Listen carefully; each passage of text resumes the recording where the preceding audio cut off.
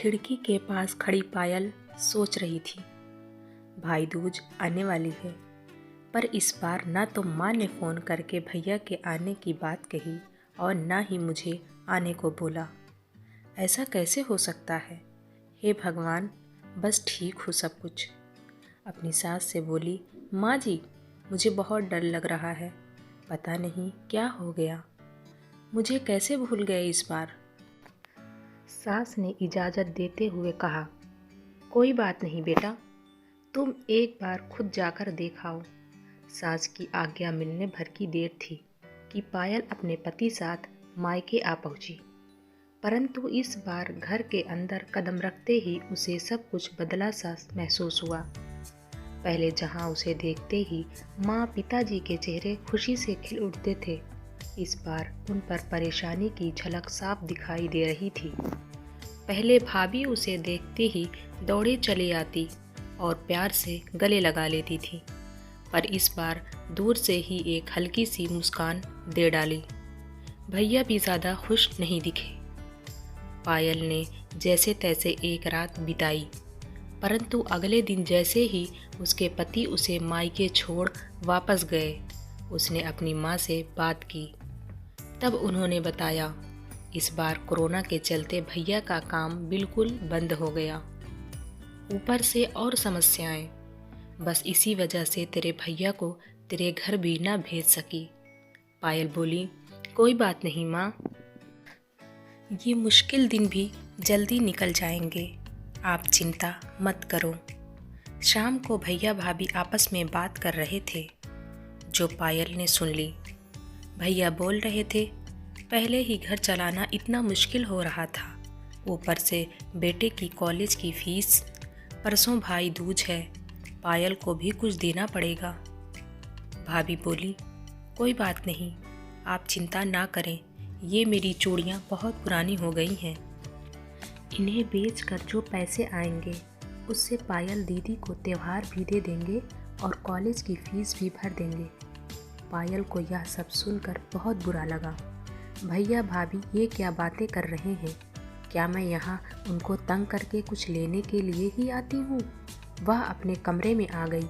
तभी उसे याद आया कि शादी से कुछ समय पहले जब वह नौकरी करती थी, तो उसने बड़े शौक से अपनी पहली तनख्वाह लाकर पापा को दी थी।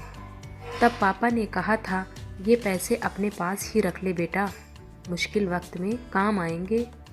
इसके बाद वो हर महीने अपनी सारी तनख्वाह बैंक में जमा करवाती रही। शादी के बाद जब भी मायके आई तो माँ ने उसे पैसे निकलवाने को कहा, पर पायल हर बार कह देती कि अभी मुझे ज़रूरत नहीं है। पर आज उन पैसों की उसके परिवार को ज़रूरत है।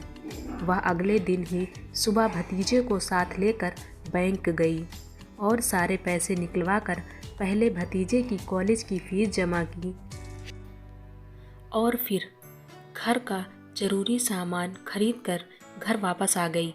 अगले दिन जब भैया का टीका किया तो भैया ने भरी आँखों से उसके हाथ 100 का नोट रखा।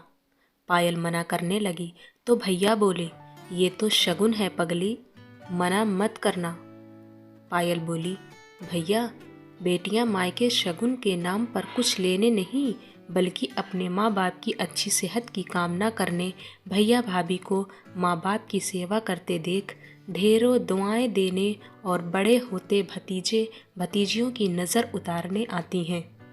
जितनी बार मायके की दहलीज पार करती हैं, ईश्वर से उस दहलीज की सलामती की दुआ मांगती हैं।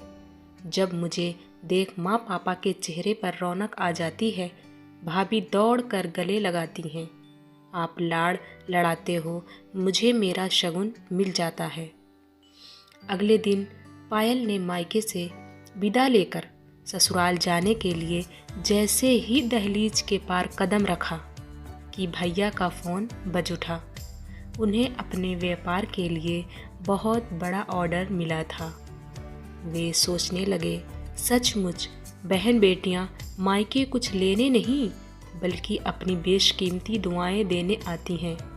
जब वे घर की दहलीज पार कर अंदर आती हैं तो बरकत भी अपने आप भीतर चली आती है। हर बहन बेटी के दिल की तमन्ना होती है कि उसका मायका हमेशा खुशहाल रहे और तरक्की करे। मायके की खुशहाली देख उसके अंदर एक अलग ही ताकत भर जाती है, जिससे उसके अपने जीवन में पेश आने वाली मुश्किलों का वो डटकर सामना कर पाती हैं। भैया की आंखों से खुशी के आंसू बहने लगे।